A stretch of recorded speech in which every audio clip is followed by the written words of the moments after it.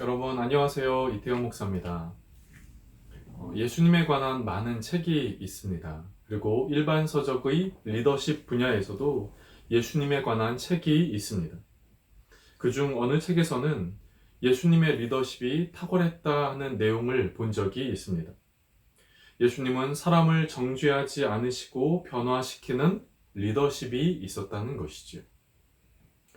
사람들과의 관계에서 어느 공동체에 소속되어 있을 때 우리는 무엇인가를 바꾸고자 하는 마음이 들 때가 있습니다. 그리고 그런 마음은 어떠한 사람을 지적하는 것으로 이어집니다. 지적하면 바뀔 것이라는 생각이 있기 때문이지요. 그러나 여러분, 정말로 그렇게 됩니까?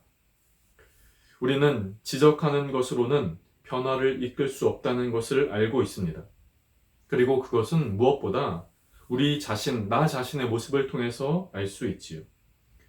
우리가 과거의 모습에서 조금이라도 변화된 것이 있다면 그것은 우리를 지적하는 그것으로 인한 것이 아니라 우리에게 은혜의 손길을 내미시는 그리고 기다리고 계시는 주님이 계시기 때문에 우리가 변화된 것은 아니었을까요? 그렇습니다. 우리의 모습이 우리가 소속된 공동체가 변화하기를 원합니다. 그러나 그것을 위해서 지적하는 것보다 그것을 위하여 기도해 주시고 그것을 기대하는 마음으로 기다려 주시기를 바랍니다. 그리고 섬겨 주시기를 바랍니다. 그때 변화가 일어날 것입니다. 이번 주 속회 공과를 시작하겠습니다.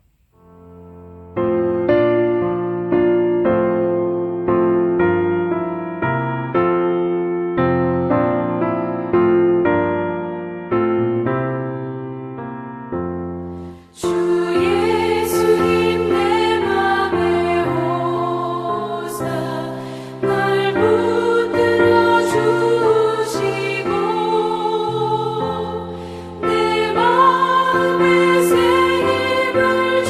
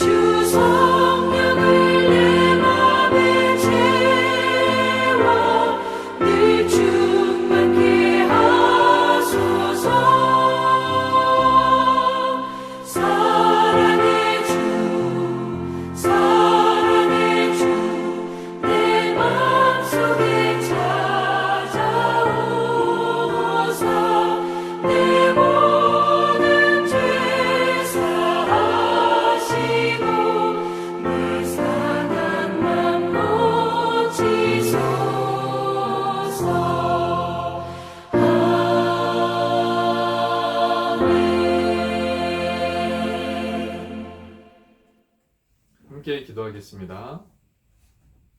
사랑하는 하나님, 오늘도 우리에게 귀한 날, 귀한 시간을 허락하여 주셔서 이 시간 온라인 속회배로 하나님 앞에 나아가게 하여 주시니 감사합니다. 하나님, 이 시간 찬양과 기도와 말씀으로 하나님 앞에 나아갈 때 하나님의 은혜를 만나는 귀한 시간 되게 하여 주시옵소서.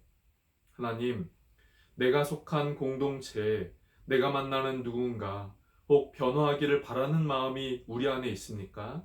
그렇다면 그것을 위하여 지적하기보다 그것을 위하여 기도하고 기대하며 기다릴 수 있는 마음이 우리에게 있게 하여 주시옵소서. 그럴 때 변화되는 그 공동체와 그 사람을 보게 하시고 그것으로 인하여 감사하는 마음이 우리 안에 있게 하여 주시옵소서. 하나님, 이번 주에도 우리가 가진 기도 제목들이 있습니다. 하나님, 이 시간도 올려드리오니 우리 주님께서 올려드리는 모든 기도 제목마다 기억하여 주시고 응답하여 주시고 또 하나님의 귀한 이름이 나타나는 귀한 기도 제목들의 응답이 되어지게 하여 주시옵소서. 하나님, 이 시간 속회의 말씀을 함께 나눕니다. 이 시간 가운데 함께 하시고 말씀을 통하여 깨닫는 은혜가 우리에게 있게 하여 주시옵소서. 이 시간을 주님의 손에 올려드리며 예수님의 이름으로 기도드립니다. 아멘. 오늘 함께 나눌 말씀은 요한복음 8장 1절부터 11절까지의 말씀입니다.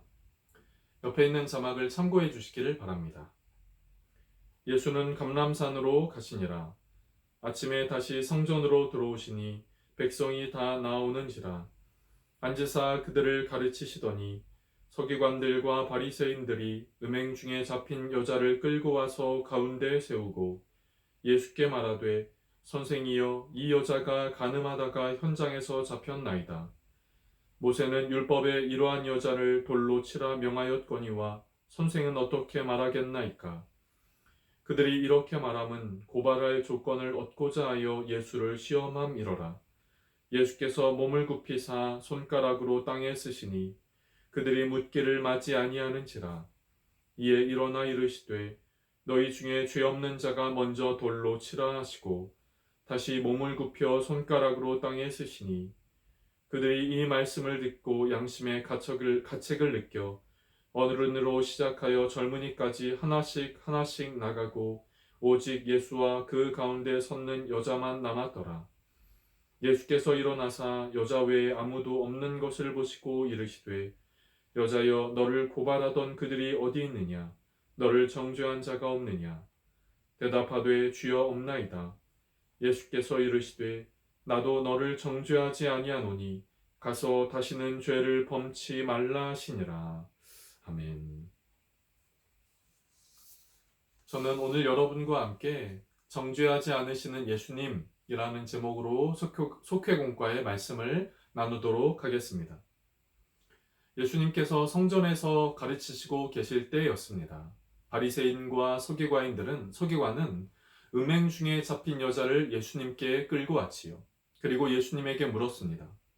모세의 율법에는 이 음행한 여자를 돌로 치라 명했는데 예수님, 당신은 어떻게 이 여자를 처리하겠습니까? 하고 물었지요. 그런데 이렇게 예수님께 물었던 것은 그들이 이 여자를 어떻게 처리해야 될지를 궁금했기 때문에 물어본 것이 아니라 이것을 통하여 예수님을 시험하고자 했던 것이죠. 그런데 이 시간 이 장면을 상상하면서 우리의 시각을 이 여자에게 한번 집중을 해볼까요? 이 여자는 죄를 지었습니다. 그러나 그 순간 예수님과 수많은 사람들 앞에 놓여있는 자신의 삶을 보면서 그 어떤 것과도 바꿀 수 없는 수치와 부끄러움을 느끼지 않았을까요? 그런데 서기관과 바리새인들은 이런 이 여인의 감정과는 상관없이 이 여인을 통하여 예수님을 고발하려고만 했던 것이지요. 오늘 본문은 바로 이렇게 자신을 대하는 서기관과 바리새인들에게 대답하는 예수님, 그리고 그런 예수님이 이 여인을 어떻게 대하시는가 하는 것을 오늘 속회공과의 말씀을 통해서 함께 보고자 합니다.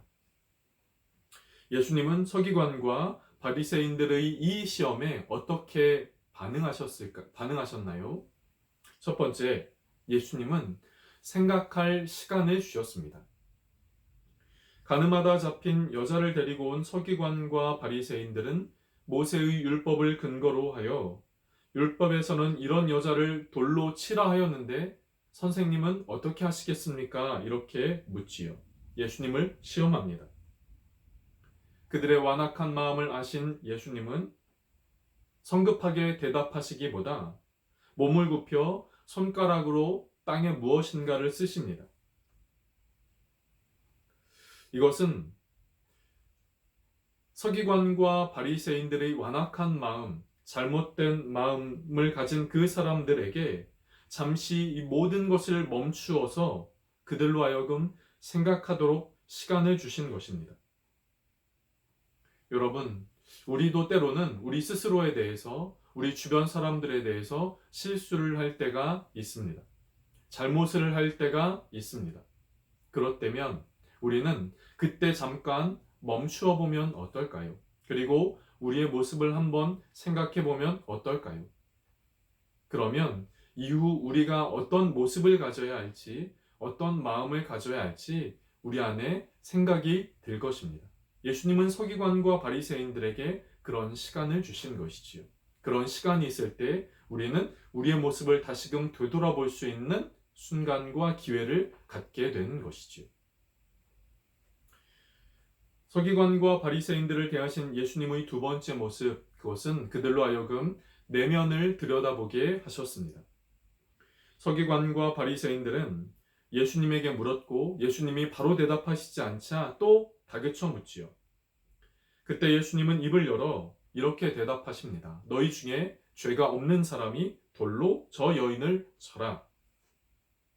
주님은 단 몇 마디로 그들에게는 죄인을 정죄할 만한 자격이 그들에게 없음을 알려주신 것입니다. 예수님은 남을 판단하고 비난하는 데 혈안이 된 그들의 눈을 그 여인을 보도록 한 것이 아니라 자기 자신을 보도록 한 것이지요. 자기 자신의 내면을 보도록 한 것입니다. 형제의 눈 속에 있는 티를 보기 전에 내 눈 속에 있는 들보를 먼저 보라고 하신 것이지요. 예수님은 나는 옳고 남은 잘못되었다는 서기관과 바리새인들의 오만함을 지적하신 것입니다. 예수님은 그곳에 모인 사람들이 자기의 모습을 돌아볼 수 있도록 하셨습니다. 그리고 결국 양심의 가책을 느낀 사람들은 나이 많은 사람부터 한 명씩 다 돌아갔다라고 말씀하고 있습니다. 여러분, 저는 오늘 말씀을 나누면서 첫 번째 잠깐 멈추어 보자 라고 말씀을 나누었지요. 그 잠깐 멈추었을 때 나 자신의 모습을 되돌아볼 수 있기를 바랍니다. 그러할 때 우리에게는 누군가를 정죄할 만한 자격이 조건이 없음을 우리 스스로 보게 될 것입니다. 누군가를 정죄하는 것이 아니라 사랑의 눈을 갖는 저와 여러분이 될 수 있기를 바랍니다. 세 번째, 예수님은 이 여인과 대화하셨습니다. 여자만 남은 상황에서 예수님은 이 여인과 대화하셨지요. 예수님은 여자에게 물으셨습니다. 너를 고소하던 사람들이 어디 있느냐? 너의 죄를 묻던 사람이 다 어디 있느냐? 예수님은 일방적인 지시가 아닌 대화를 통해 그녀 스스로 생각하고 또 결단하게 하셨습니다. 이것은 무엇인가를 가르치는 것이 목적이 아니라 이 상황 가운데 처해 있는 문제를 해결하는 것에 예수님은 초점을 두신 것이지요. 부모가 자녀를 꾸짖는 것은 깨달음을 주기 위해서이지요. 마찬가지로 무엇인가를 우리가 지적을 했다면 지적하는 것으로 그치는 것이 아니라 그 지적 뒤에 그리고 나서 어떻게 해야 하는가, 어떤 길로 나아가야 하는가까지 제시를 해야 하겠습니다.